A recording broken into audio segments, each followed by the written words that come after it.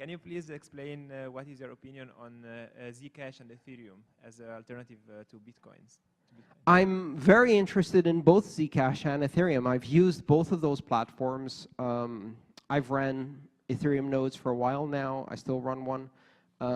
Actually, I run two. I run one Geth and one Parity. I've run a Zcash node for a while. I experimented with the testnet. I've been involved in Ethereum since the very beginning. I'm interested in both of those platforms. Not as an alternative to Bitcoin, though. That's the critical phrase where you lost me.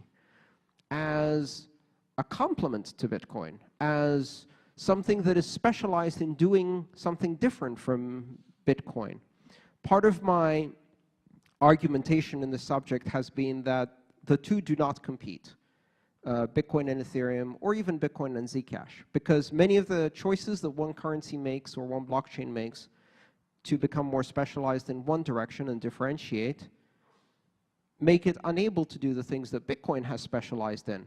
If it does the same thing as Bitcoin, then it's not really competing because Bitcoin has been doing it longer, network effect wins, there's no point. If it does something different from Bitcoin, then it's different, and Bitcoin's different, and the two are not really competing directly. They compete indirectly for the attention of developers, and maybe sometimes for some of the speculative investors. But as a platform, as a technology, they do not compete. They don't compete any more than a lion competes with a shark. Yes, they're both predators. Yes, they both use oxygen. So in the bigger sense, they're competing for resources on the planet, but they're not competing directly against each other because all of the environmental and evolutionary adaptations that a shark made, that made it the apex predator of the sea, make it a flopping piece of soon-to-be sushi on land. Yummy for lions. Similarly, pussycats don't like swimming, and the lion adapted itself in an environment where if it jumps into the sea, shark bait. And so if you wanted to stage a cage match between a lion and a shark, the outcome would not be decided by whether you pick the strongest lion or the weakest lion, or the strongest shark or the weakest shark. It would depend entirely on whether you fill the arena with water or not. And that would determine the outcome. So the question is, what are you doing with the platform? Are you doing smart contracts? Are you doing complex smart contracts that require flexibility? Okay, well, Ethereum. Simple. Do you want robust store of value that is absolutely uncensorable and doesn't have consensus failures? Bitcoin. And it is precisely the things that make Ethereum really good at smart contracts that make it very difficult to maintain consensus and not have an attitude of move fast, break things, right? You need that in order to do flexible smart contracts. And it is precisely the things that make Bitcoin robust that make it useless for flexible smart contracts. And so the same thing applies. You know, Zcash is making some trade-offs between privacy and scalability. Much better privacy, 10 times worse scalability than Bitcoin. Actually, 100 times worse than Bitcoin. So how do you reconcile those two? You don't. You choose the thing that fits the niche. You decide, what is the environment in which I need this, and what is best adapted to this environment? And so I like all of the platforms. I think they're all doing very interesting things and advancing the state of the art. And sometimes they compete for speculative dollars, but effectively, in the long term, they don't. Do you not think that Ethereum, Zcash, other altcoins are competing with Bitcoin, at least in the short term and medium term, because of the block size issue? A lot of apps and even startups are likely to be considering or building on other blockchains because of this issue where fees are high and Lightning isn't going to be implemented for a long time. Yes, Ethereum, Zcash, and many other cryptocurrencies are competing in the scaling debate, which is hilarious. It's hilarious. Because from a technical perspective, it's ridiculous. It's insanely ridiculous. It's laughable. The idea is like, I don't like how Bitcoin scales, so I'm going to take my coins and go over to Ethereum. Really? Ethereum scales 10 times worse than Bitcoin. The fact that you haven't hit a scalability thing yet is because you haven't scaled to the point of hitting the scalability things. But, Ethereum proponents say, we'll do sharding. Oh, great. Well, when you do sharding, we'll do sharding.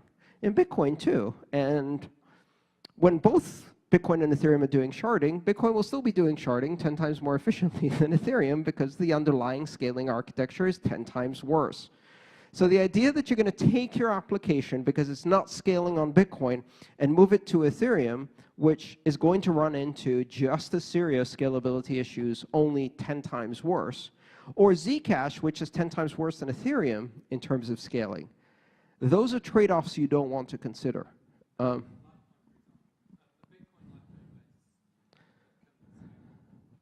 If the only difference in differentiation is something that scales slightly better, then essentially what you're talking about is no different than what would happen if Bitcoin was forked into two and one of them got the scalability solution that some people wanted. At that point, we get to evaluate if that answer to the scalability problem produces so much centralization that you can no longer trust the security, which is the argument that's being made about scaling. Scaling is not easy, and there are no easy answers. There are trade-offs, and the question is, which trade-offs do you want to make, in which order, and how easy are those trade-offs?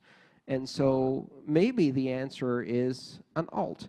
But certainly, even though the market is currently telling us that people are taking their money and moving it elsewhere because of the problems that Bitcoin has in its scaling, first of all, that didn't last very long, right? You see these cycles happening again and again. Money drains into the alts. They inflate in price. People get excited about cryptocurrency. What do? They buy more Bitcoin so they can invest in more alts, and Bitcoin goes up as well. And the market tips for a bit, then it balances back, and when you look back 3 months later, you're like, oh, now the entire market has increased in cap by 2 billion. Everything rose, right? Because this flow out of Bitcoin depressed the price. As the price got depressed, it became more attractive to investors. They're like, I missed my chance at 1,200, but now it's 900, and I know it can get to 1,200, so I'm going to buy me some Bitcoin, and even better, I'm going to buy more, because now I think I should also go into Ethereum.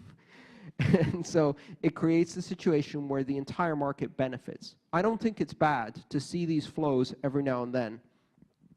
I think that's how you grow the entire ecosystem. And you also test the scaling limits of all of the currencies, and they will all be tested. And they will all have governance problems when they reach that test, because someone's going to have to make a decision, and then all of the people who they thought were their friends are going to go, oh, you traitor, you made the wrong decision. And then you have drama, just like Bitcoin. Drama is unavoidable. I use the following analogy.